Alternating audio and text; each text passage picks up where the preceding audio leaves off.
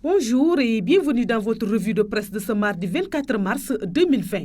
Toute la presse quotidienne se fait l'écho ce mardi de l'état d'urgence et du couvre-feu annoncé lundi soir par le chef de l'État Macky Sall en vue d'endiguer la propagation du coronavirus au Sénégal. Le Soleil retient surtout ce propos du président Sall qui déclare à l'endroit de ses compatriotes que l'heure est grave. Citant le chef de l'État dont il publie en extenso le message à la nation, le quotidien national souligne que d'un premier cas déclaré le 2 mars.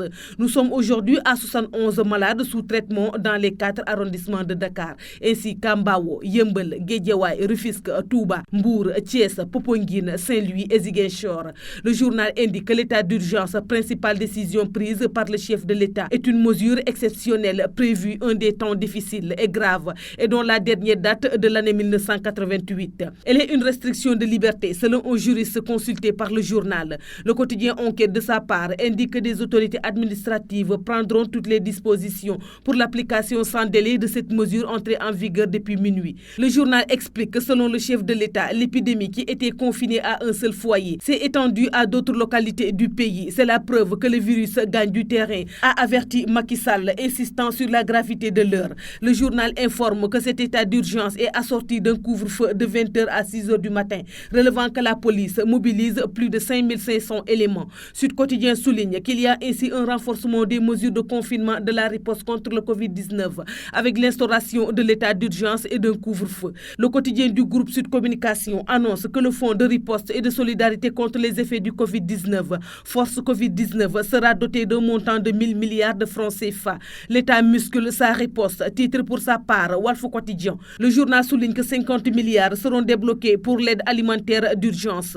Le journal annonce que des mesures fiscales générales et spécifiques sont prévues en soutien aux entreprises ainsi que 200 milliards de remises fiscales. Macky sort l'artillerie lourde, titre à son tour le quotidien LAS. La une illustrée d'une photo du président Sall entouré de militaires. Le journal observe qu'après l'interdiction des rassemblements, le Sénégal passe à la vitesse supérieure dans l'endiguement de la pandémie de coronavirus avec les nouvelles mesures annoncées. Il signale que le transport interurbain sera à l'arrêt le temps de l'état d'urgence décrété par le président de la République. Le Témoin quotidien souligne en une que Macky Sall montre sa force, soulignant qu'à l'instar du président français Emmanuel Macron, Macky Sall a annoncé la guerre à l'ennemi, mais également mis les moyens et pris les mesures fortes qu'il faut. Le quotidien L'Observateur parle d'une guerre sur mesure lancée ainsi par le président. Le journal note que peu avant son adresse à la nation de 20h, le président de la République a signé le décret numéro 2020-830 du 23 mars 2020, proclamant l'état d'urgence sur le territoire national.